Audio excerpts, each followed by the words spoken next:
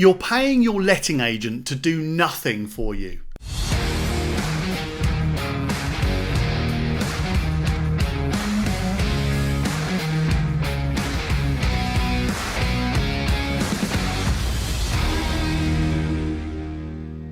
Honestly, that's what your managing agent should be doing. Nothing.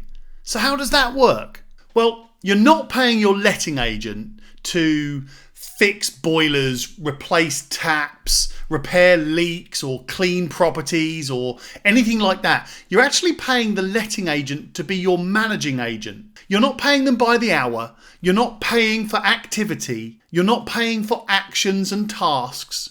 You're paying the letting agent to manage the tenant, inspect the property, collect the rent, administer and manage the rent, and everything surrounding the rent.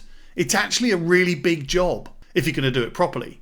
To organise the contractors, to review the rent, to keep your tenancy compliant, to manage emergencies, to keep your tenant secure and safe, to look after the tenant, to save you money. Really, your management fee isn't a management fee because you're not paying a letting agent to take action with the management. Really, what you should call it is a membership fee. It's a bit like an insurance. You know, you don't go and take out car insurance and then constantly ring your car insurance provider and complain to them because they're not spending enough time on your policy for the money that you're paying them. You pay your car insurance so that you've got car insurance if anything goes wrong and if you need to use the car insurance. It's the same with your letting agent. You're paying your management fee or your membership fee so that you've got a letting agent that's acting in between you and your tenant. That's what you're paying that membership fee for. You're paying the letting agent for their staff so that they continuously train and educate all of their staff on all the legislation that's constantly changing and new legislation's coming in here, there and everywhere. There's 176 pieces of legislation that landlords have to follow.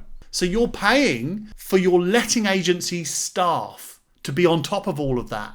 You're paying for their education in tenancy management and property management. You're paying for the infrastructure of the letting agent, like the phone systems, the IT systems, rent management systems, accounting and tax systems. You're paying for years of experience in dealing with tenancies and properties and landlords and the ever-changing private rented sector. You're paying for someone who knows what must be done to do what must be done. You're paying for a business that can fix mistakes. And you should know as well that professional letting agents will make far less mistakes than a self-managing DIY landlord. I can promise you that. And look, we're all humans. Every single business on the planet and every single member of staff within every single business on the planet makes mistakes. But if you judge any business on the planet by the mistake that they make, then I think you're getting that wrong. You should always judge a business by how it fixes the mistake rather than the mistake itself. Your letting agent is like your accountant, your lawyer, your mortgage broker, your financial advisor. And I hear this all the time. People complaining because they expect a letting agent to work on their properties and tenancies continuously, to actually put hours in, scheduled hours every single month to certain pieces, even when there's nothing to be done. And those people that are complaining start getting irritable because there's no action required on their properties or on their tenancies. So I'm going to let you in on a little secret here. If you're paying a monthly management fee or a membership fee, as my letting agency call it, and there's no action required for the tenant, the tenancy, the property or anything, then that means your letting agent is doing a good job.